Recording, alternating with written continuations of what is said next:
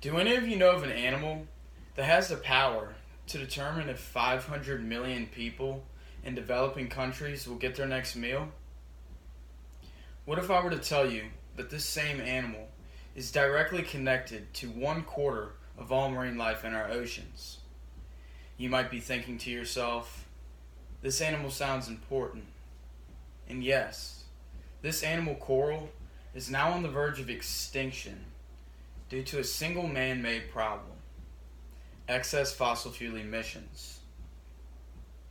Excess fossil fuel emissions produced by your car or lawnmower are now creating three major impacts on coral worldwide.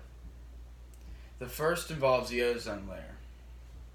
According to the National Oceanic and Atmospheric Administration, the ozone layer is like a shield for Earth. It's comprised of greenhouse gases that block out harmful UV rays projected by the sun.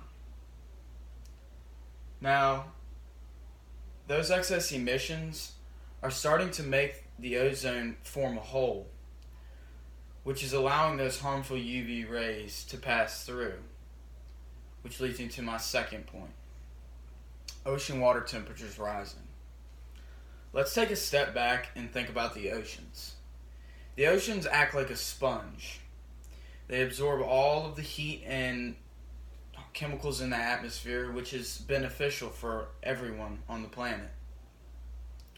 Now, because the hole in the ozone layer is allowing those harmful UV rays to pass through, that sponge-like process that the oceans are going through, they're trapping too much heat, which, according to the Smithsonian Institute and the NOAA, overall global water temperatures have risen 2 degrees Celsius over the last few decades, which doesn't sound like a lot, but for the marine life that live in the oceans, it's a matter of life or death. This leads me to my third and final point: coral bleaching. So I'll give you a little bit of background information on coral. So coral is basically two animals.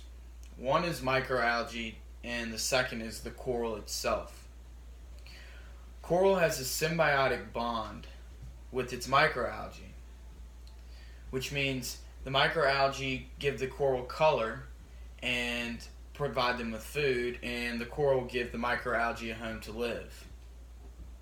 This process is now under threat due to excess emissions, because that ocean water temperature rise is now tricking coral into thinking that their microalgae are no longer producing enough food.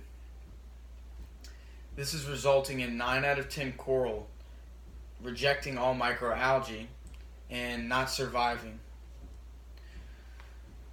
But there is solutions to this problem. If we can consciously embed the idea of conservation when operating fossil fuel transportation, then we still have a chance at plugging the hole in the ozone and slowing down ocean water temperatures. It can be as simple as not driving to the store for a bag of chips or riding around Richmond for the fun of it. Every small change can add up to create a larger impact, because it will unavoidably be up to our generation to make a difference. Thank you.